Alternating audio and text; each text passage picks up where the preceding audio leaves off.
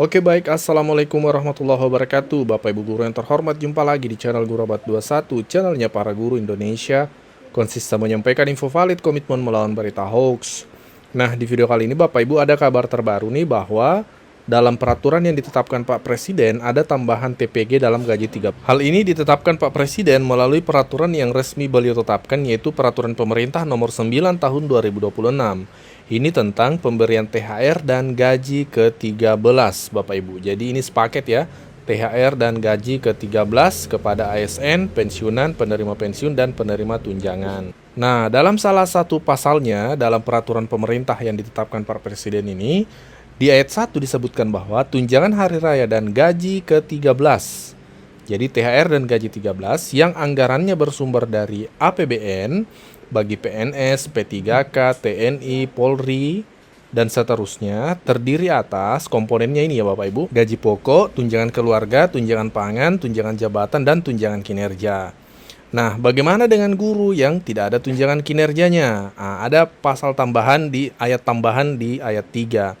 Dalam hal guru dan dosen yang gaji pokoknya bersumber dari APBN tidak menerima tunjangan kinerja, dapat diberikan sebesar tunjangan profesi guru atau tunjangan profesi dosen yang diterima dalam 1 bulan. Seperti itu Bapak Ibu. Jadi redaksinya sangat jelas bahwa guru yang tidak ada tukinnya itu diberikan tambahan 1 bulan TPG. Kalau kita refleksi di 2025-2024, ini berlaku untuk THR dan gaji 13. Jadi ada tambahan 1 bulan TPG di THR dan 1 bulan TPG di gaji 13 Bapak Ibu. Nah, ini peraturan yang sah dan resmi oleh Presiden. Nah, untuk gaji 13 sendiri berdasarkan konferensi pers dari Menko Perekonomian, sebentar kita akan putarkan, itu akan cair di bulan Juni Bapak Ibu. Namun untuk tambahan TPG-nya, ini kita sampaikan fakta apa adanya berdasarkan refleksi 2025 dan 2024, itu tidak cair bersamaan dengan gaji 13 Bapak Ibu. Tapi untuk tambahan TPG-nya itu cair biasanya bersamaan dengan tambahan TPG dalam THR. Jadi langsung total 2 bulan, 1 bulan di THR, 1 bulan di gaji 13 ya. Jadi tidak langsung bersamaan cairnya THR dan gaji 13. Dan kalau kita lihat 2025 itu cairnya di akhir tahun Bapak Ibu. Itu bersamaan 2 bulan seperti itu. Namun kita lihat tahun ini semoga cair lebih cepat, tidak mesti akhir tahun Bapak Ibu. Kita akan update kalau ada info terbaru dari kementerian. Gaji ke-13 ASN sesuai dengan PP 9 2026, targetnya sebesar 55 triliun dan gaji ASN ke-13 itu kan diharapkan bisa diberikan di bulan. Teman-teman media cetak, media elektronik, saya didampingi oleh Pak Ferry, Deputi, Pak Haryo, Pak Ellen, terutama terkait dengan pengumuman dari hasil BPS yang tadi diumumkan jam 11. Kita lihat di tengah dinamika global yang masih mencari keseimbangan baru, ekonomi Indonesia tumbuh baik di luar ekspektasi dari berbagai lembaga, di mana di kuartal pertama pertumbuhan ekonomi kita mencapai 5,61%. Nah, pertumbuhan kita yang 5,61% ini adalah tumbuh di atas beberapa negara G20. Memang dari G20 ini yang belum keluar India, tetapi di antara negara yang keluar termasuk China, Singapura, Korsel, Arab Saudi, Amerika Serikat, kita yang tertinggi. Nah, pertumbuhan ini merupakan pertumbuhan yang memang pemerintah siapkan dengan berbagai kebijakan, terutama dalam rangka kemarin Hari Raya Lebaran. Kemudian kalau kita lihat konsumsi rumah tangga masih menjadi penggerak utama dengan pertumbuhan 5,52%. Dan ini semakin menegaskan bahwa momentum daripada Ramadan dan Idul Fitri serta pelepasan mobilitas itu meningkat dengan tinggi.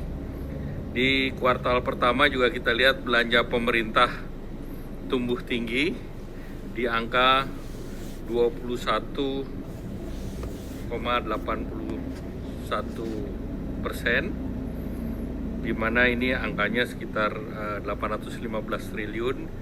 Ini di atas rata-rata historis dan tentu ini didorong oleh beberapa program belanja kementerian lembaga termasuk MBG sampai dengan Maret 51 triliun.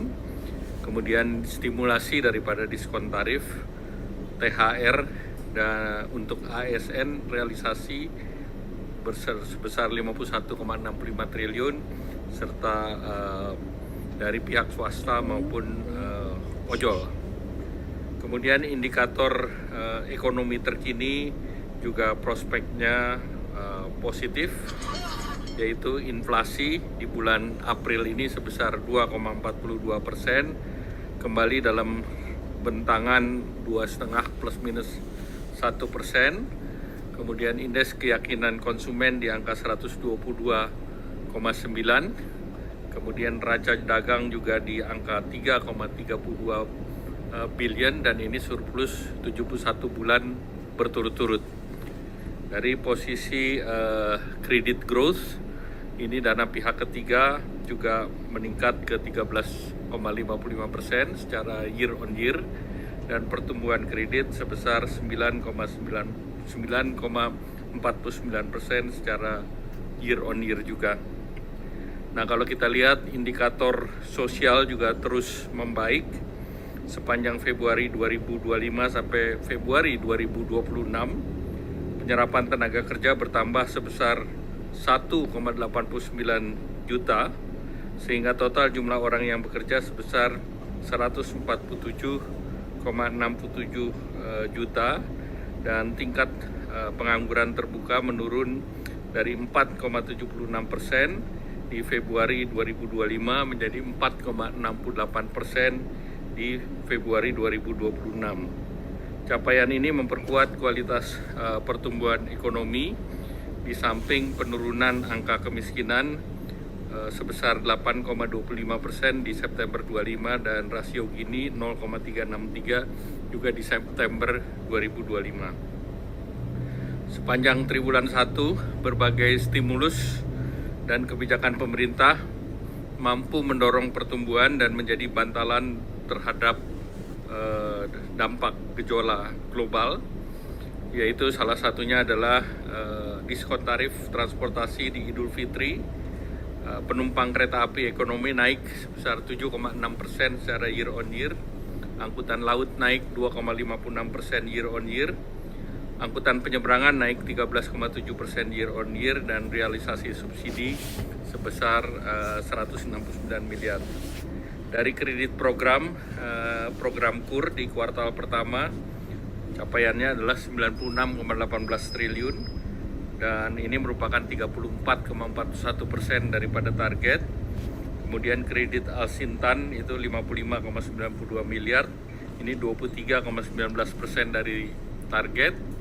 Kemudian kredit industri padat karya sebesar 82,93% atau 15% dari target, dan kredit program perumahan mencapai 14,92 triliun dan ini 42,89% dari target. Nah, kebijakan fiskal akan dioptimalkan untuk menjaga momentum pencapaian target pertumbuhan di tahun 2026 sebesar 5,4% dan menjadi buffer terhadap gejolak ekonomi global, antara lain gaji ke-13 ASN sesuai dengan PP 9 2026, targetnya sebesar 55 triliun. Kemudian akselerasi bantuan pangan April-Juni sebesar 33,2 juta keluarga penerima manfaat. Kemudian menjaga subsidi dan kompensasi energi APBN 2026 sebesar 356,8 triliun. Kemudian revitalisasi sekolah atau satuan pendidikan sebesar 13,4 triliun dan implementasi 3 juta rumah FLPP dengan alokasi anggaran 37,1 triliun. Bantuan stimulan perumahan swadaya sebesar 8,9 triliun dan kredit program perumahan dengan plafon 34 basis daripada belanja pemerintah kan rendah, dan tahun Q1 kemarin belanja pemerintah menjadi penopang, dan ini juga akan menjadi penopang di Q2, terutama juga kita menjaga daya beli daripada masyarakat. Dan gaji ASN ke-13 itu kan diharapkan bisa diberikan di bulan Juni. Nah, itu juga salah satu penopang. Kemudian beberapa insentif sedang dipikirkan oleh pemerintah. Nah, salah satu juga untuk sektor misalnya di otomotif dan motor. Nah, ini nanti kita akan laporkan kepada Bapak Presiden. Sebelum lanjut, kami menyampaikan kabar baik bahwa telah rilis produk digital terbaru kami, yaitu 200 template PowerPoint siap pakai untuk guru. Guru-guru kan sering tuh butuh PowerPoint, namun kadang bingung karena PowerPoint-nya kurang menarik, flat, dan tidak variatif. Nah, 200 template PowerPoint siap pakai ini akan membantu guru-guru sehingga Bapak Ibu tidak perlu mendesain dari awal, sudah ada template-nya, tinggal Bapak Ibu sesuaikan. Ini cocok untuk semua jenjang ya, mulai dari TK, SD, SMP, SMA, sederajat Bapak Ibu. Jadi Bapak Ibu cuma sekali beli bisa dipakai seterusnya sampai Bapak Ibu pensiun. Jadi silahkan dipesan 200 template PowerPoint siap pakai untuk guru ini di nomor WA admin kami 0823 1332 0383.